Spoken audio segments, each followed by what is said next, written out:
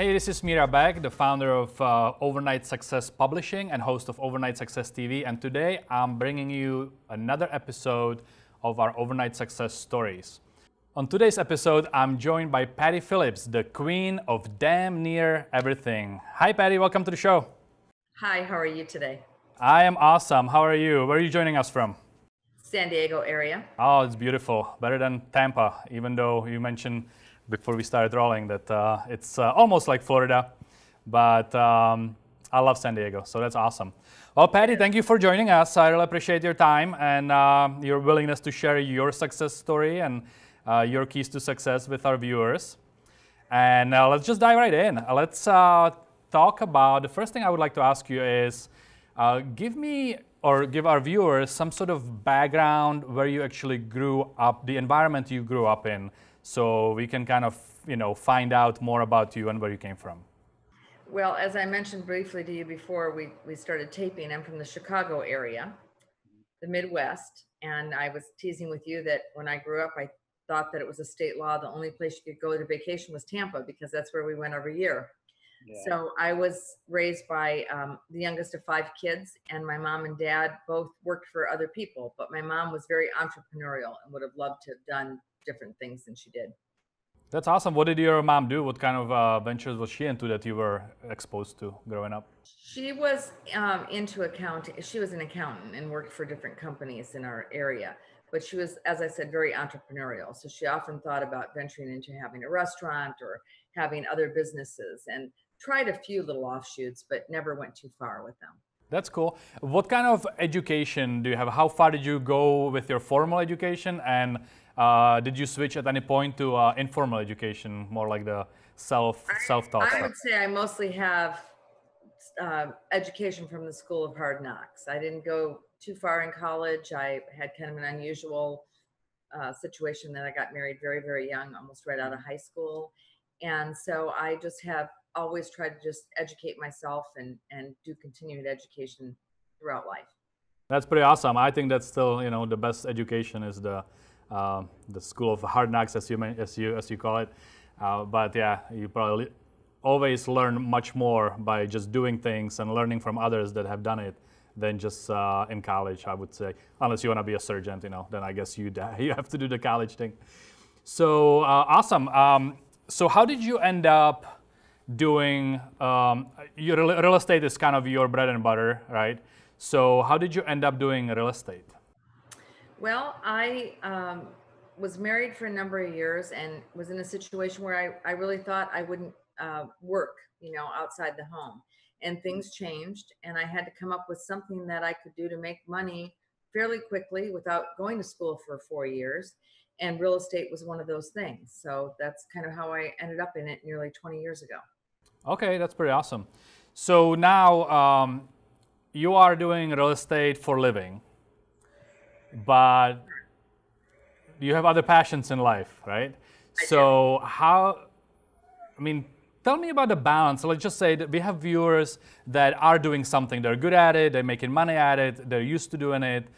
But they may not be happy or fulfilled. So tell me about, what the situation is with you, really doing real estate, doing the stuff that you do. But tell me about the stuff you do on the side. Tell me about the passion and things that you're doing besides. Well, what I say to people is real estate is the serious business, but my other things are the fun.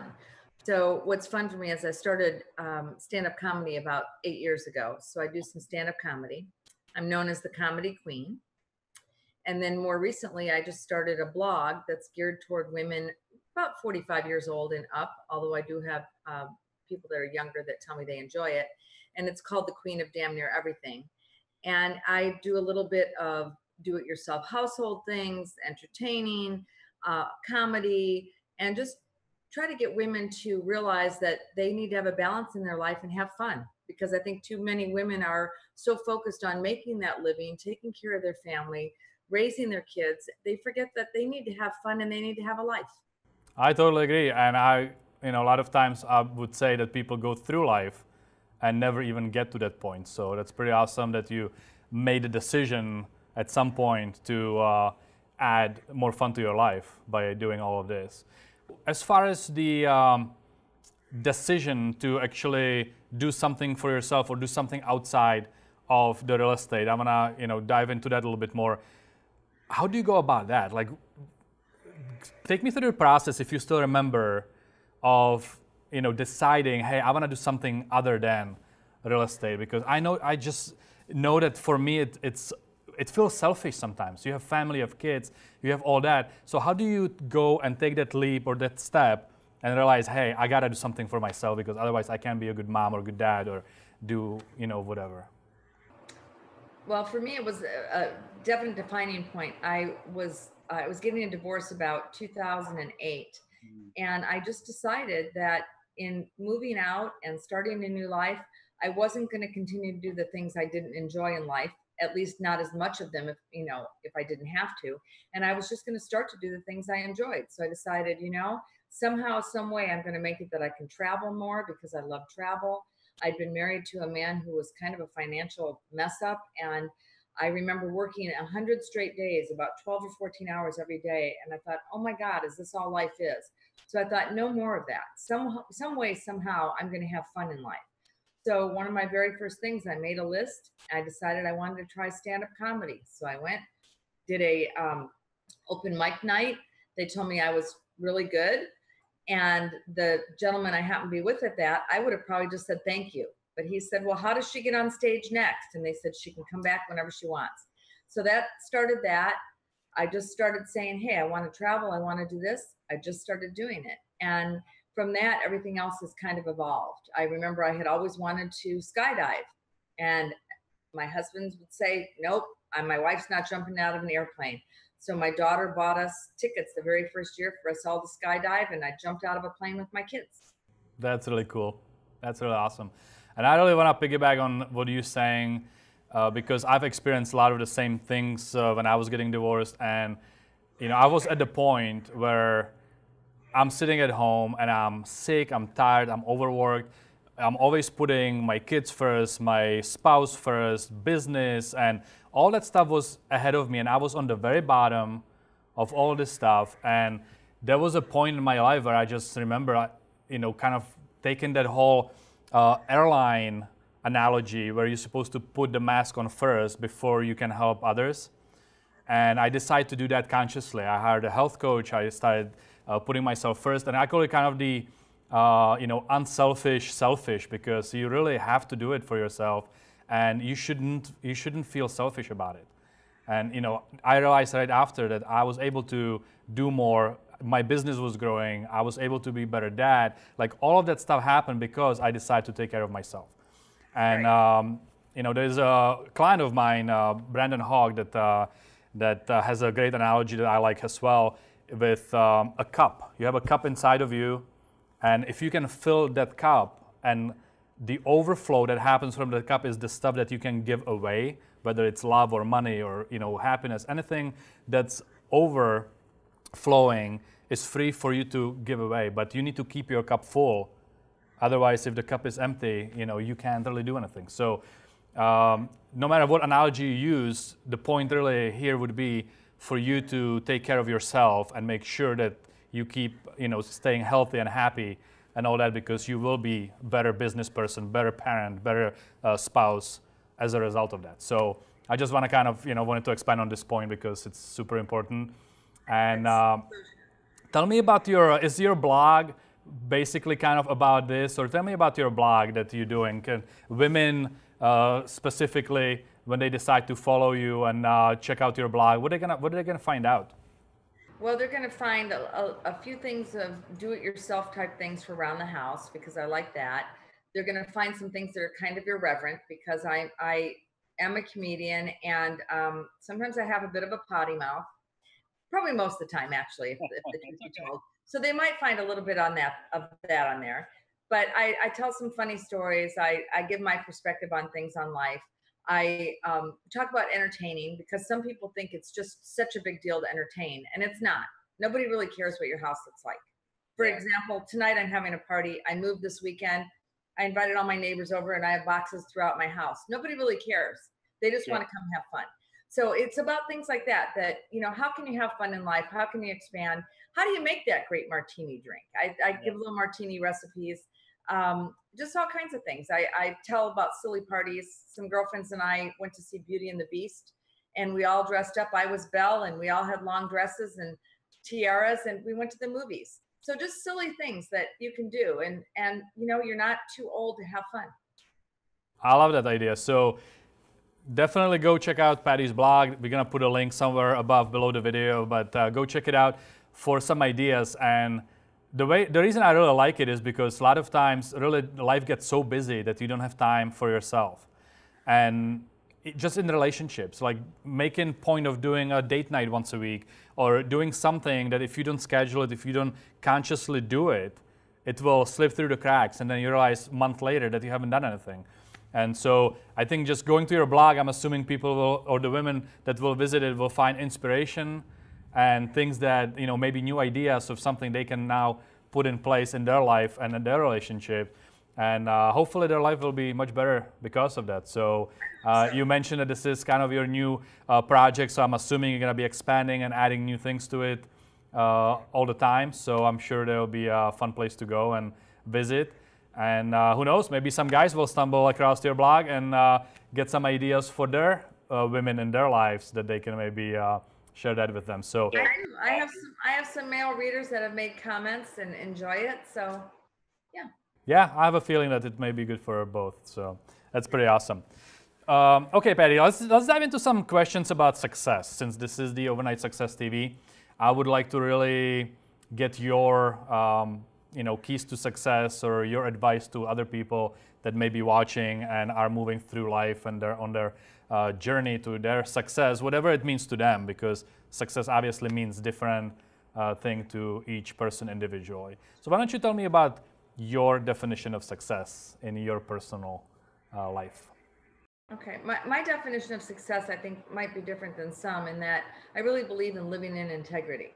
And a lot of people, the bottom dollar is, or the bottom line is how much they can make, or the dollar, or this or that, which is very important, right? But I think that if you put people first and what's right first, and doing the right thing for people, that old golden rule, I try to do to others as they, I'd want done unto me. And so to me, if you can do that and not succumb to making the fastest buck, I think that's success. That's pretty awesome. Is success in your life very similar to your life purpose, to your why? Kind of why do you get out of bed every morning, or do you have another reason, kind of the why, the higher purpose besides what you just described? The why. I know people talk about the why. I don't know. I'm just always so excited about life. I'm one of those people that don't ever come near me and tell me you're bored, because I want to just slap you silly. I always think I could live 100 hours a day and still not have enough time to do what needs to be done, or what I'd like to do, or what you could do to help others, or any combination of things. So the why is just because there's so much life to live. Yeah, that's awesome. Definitely way better than the alternative. So, instead of complaining, it sounds like you kind of living there's a saying that happiness is a journey, not a destination. And looks like that you are living exactly that. Sounds like every day is fun with you. So I live a charmed life, I think. That's pretty awesome. What kind of influences do you have in your life? Let's just talk about maybe books that you think are kind of the must-read books for everybody, whether it's an entrepreneur or not. And then tell me about your influences, actually people in your life, mentors or people that you follow. Well, as far as books, it's kind of like my man that I'm involved with, Don. When we first got together and went to dinner the first time, we found out we love to travel. We both have done a lot of traveling. And I said, "Where's your favorite place you've ever traveled?" And he said, "The next place I go." So as far as books, I would say that's the same. That I've read many books, you name it, by Napoleon Hill, Levinson, Zig Ziglar, Les Brown, Harvey Eker, Mark Victor Hansen. There's so many. And whatever book I read, I always think this is the best until I pick up the next one, or re-pick up the one. I'm packing right now, and I have that, that nutshell of books that always come with you and you reread all the time.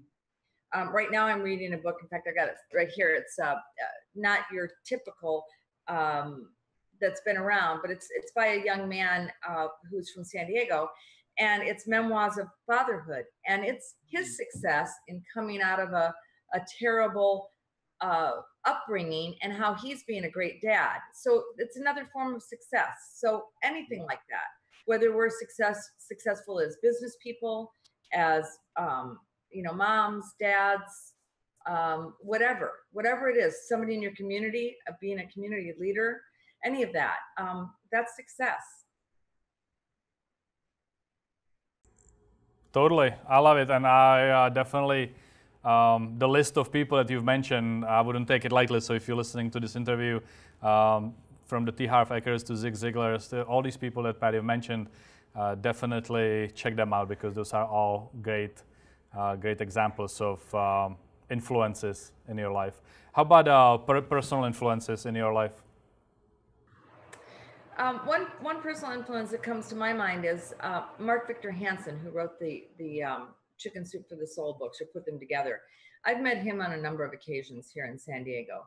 And what I love with him is he's a household name everybody knows, but anytime I've ever met him, he's had the time to talk to you. I asked him once if he would promote something for me, and he was happy to do that. Immediately wrote the letter, helped me with that. And it makes me realize that people that we think are very, big out there can take the time to be kind. And so he'd be a great influence, because he's always been positive. That's really awesome, and it's true. I know a lot of people that are super successful, and they're some of the nicest people. And then I know a lot of people that are kind of posing as successful, which typically, a lot of them are not that nice, and a lot of it is, money driven. A lot of it is just bad attitude about life and stuff. But the truly, really successful people, I'm noticing that they are really the kind-hearted and willing to help and add value to your life. And I've had many of those in my life too, and I always appreciate them very much. So it's pretty awesome. Okay, so you are a mom. So there was, I'm sure, a period of time where you were raising. How many kids do you have? Well, I have 2 of my own, and I also raised some other stepchildren. Yeah. So let's talk a little bit about maybe an advice on whether it's single mom advice, or if it's just a mom in general advice, raising kids. Give me maybe 1 or 2 keys to successful parenting. I think one of the things I used to do, I used to speak for a lot of young mom groups years ago. I had a speaking business. And one thing I always told the gals is the best piece of information, or the best advice I ever saw, was a girlfriend of mine was given a little locket by her mom. She had her first child. And the locket said, "Always remember you did the best you knew how." And I thought, wow, what great advice, because sometimes you hear people and they say, boy, their kid went awry and he's in prison, or he's involved in drugs. They must have been a terrible parent. Yeah. Or they think that themselves. And then other people turn out stellar. And I point out the fact that, Jack the Ripper probably had 2 or 3 siblings, and they were probably perfectly good human beings. Maybe one of them was mayor of Paris. What do we know? But because one of them's bad doesn't mean the parents did wrong. So I think that as a parent, you need to realize you can only take so much credit, good or bad, for what happens. You've got to do the best you can, be the best parent you can, admit your mistakes, and then, let the chips fall where they may. Yeah, I love that advice. And it's when, let's just say you have parents that are, the factory workers and just kind of the regular, people, if you will, and then you want to be an entrepreneur, you make it big. And, I always feel like your parents did the best they could with what they have. And that's exactly what you are saying even about us. Like, we're doing the best we can with what we have. And, really nobody teaches us at school how to become parents. So parenting is kind of just like on the job training, and it never ends either. So of course there's a lot of environmental influences and people you surround yourself with. So, I think it was Zig Ziglar said that you become the average of the 5 people you hang out the most with. And that, I'm sure, would apply for kids as well. You can't be with them 24/7. So obviously they are hanging out with other kids and other influences. So I love your advice. Let them be, they'll each be different, their own different person. and you just can't mold them 100% into whatever you think is good. So great advice. Just do the best you can with what you have, right? That's pretty awesome. So tell me about your day. It sounds like you definitely have a lot going on. Is there any structure to your day at all? You know, real estate seems to be the component that can throw anything off. So when I'm doing the Queen of Damn Near Everything, you know, people don't have a purse emergency or a tiara emergency or whatever. But in real estate, there can be emergencies. So sometimes I think my day is going to go one way, and somebody wants to look at a property out of the blue, and I've got to take them right then. So my days, you know, every day is a little bit different. They never go quite like I think, but they're always busy. I'm really involved not only in the real estate, but I run a couple of networking groups, and I'm involved in some other organizations, and I dance a few nights a week. That's a very important thing to me. And I typically have something planned out. You know, I think I mentioned these social events. I always have at least 1 or 2 events at my house every week. Wow. And so, yeah, so I'm really busy. That's pretty awesome. So yeah, I guess, you know, every day does not have to be necessarily super structured, but be willing to go with the flow when things happen and manage it. That's pretty good advice. So yeah, that sounds pretty awesome. I think a lot of people that's stressing over things not going their way will be able to look at your approach, and all the stuff you just mentioned makes me dizzy. Like I can imagine doing all those things all in 1 week. So that's pretty cool. Do you have any words of wisdom you would like to leave our viewers with, whether it's advice in health or happiness, relationships? Like what would you like to leave the viewers with? Just don't take things so seriously. Have fun. Enjoy life. I mean, that's what it's about, right? Enjoying life. So many people are so serious, and it's just plan a vacation. Plan it. People say, how do you afford it? You know, book a cruise for 3 years from now and send them $50 a month. And, you know, they don't need payment until whatever, a couple months ahead. Just take time to have fun. Don't be so serious. Take time to have fun. I love it. So I think we're going to end on this note because it's a perfect ending. Patti, thank you so much for taking the time to join us in your busy day. And for all of you watching, make sure you visit Patti's blog. Subscribe to it in some way or the other so you can get notified of the new posts and you can stay in touch. Make sure you take some of the advice and some of the ideas that she is sharing with you and implement it, apply it in your life. I say it almost every single episode. Make sure you implement the things that you hear on these shows, because the implementation is the key to success. And if you don't implement any of this stuff, we were just kind of wasting our time and chatting, even though I have always a good time chatting with my guests. But for you, if you don't take anything out of it and don't implement it, you're not going to obviously take the next step to your success. So I hope you enjoyed it. Hope you took some notes. Enjoy the resources that we are providing you with. And until next time, wake up and be successful.